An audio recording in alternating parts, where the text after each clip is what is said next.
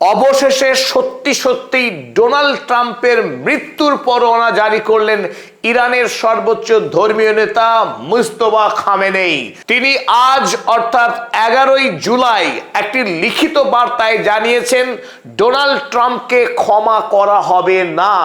ইরানের সর্বোচ্চ ধর্মীয় নেতা ইমাম আয়াতুল্লাহ আলী খামেনেই অর্থাৎ তার পিতাকে খুন করার বদলা ইরানের সৈন্যবাহিনী এবং ইরানের সাধারণ মানুষ নেবে। ডোনাল্ড ট্রাম্প এবং ইসরায়েল মিলিতভাবে ইরানের বিরুদ্ধে নতুন ষড়যন্ত্র শুরু করেছিল ইরানের ঘাড়ে দোষ চাপাবার জন্য যে ইরান নাকি তাকে খুন করবার ষড়যন্ত্র করছে।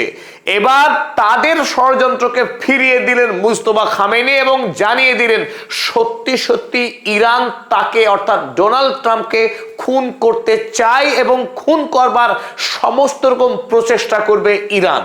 সৌদি আরবের আল আরাবিয়া মিডিয়া হাউস এই খবরই প্রকাশ করেছে। তারা লিখেছে Mujtaba Khamenei in a written message, একটি লিখিত বার্তায় মুজতবা খামেনেই সেইজ, তিনি জানিয়েছেন revenge for his slain predecessor and father is demand of the nation and must certainly take place.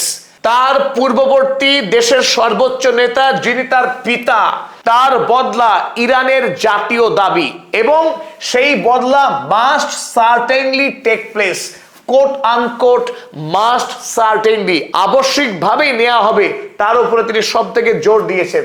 তিনি জানিয়েছেন we pledge to avenge the blood of the martyred leader, শহীদ নেতার রক্তের বদলা নেওয়া হবে তিনি জানিয়েছেন, and all the martyrs of these two wars from the criminal and disgrace perpetrators, দুই যুদ্ধে সর্বোচ্চ নেতা সহ আর যারা শহীদ হয়েছেন তাদের প্রত্যেকের প্রাণের বদলা নেওয়া হবে।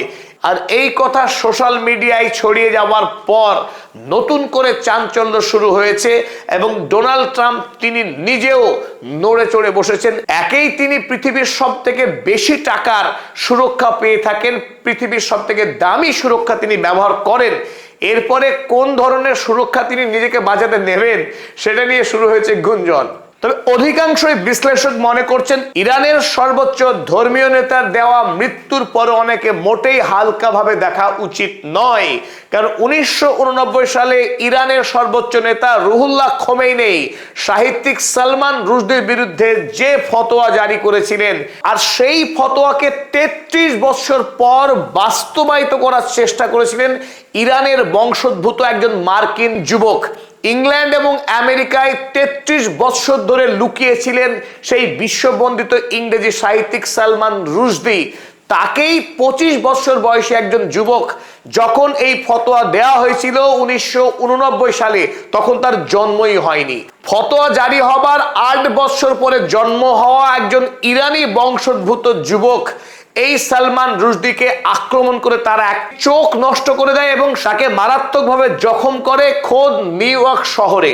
তাই স্বাভাবিকভাবেই ডোনাল্ড ট্রাম্পের বিরুদ্ধে যে ফতোয়া জারি করলো আজ মুজতবা খামেনেই, সেই ফতোয়াকে ইরানের সাধারণ মানুষ যে সর্বোচ্চ গুরুত্ব দিয়ে বিবেচনা করবে এবং তা বাস্তবায়নের চেষ্টা করবে তার কিন্তু সম্ভাবনা থেকেই গেল।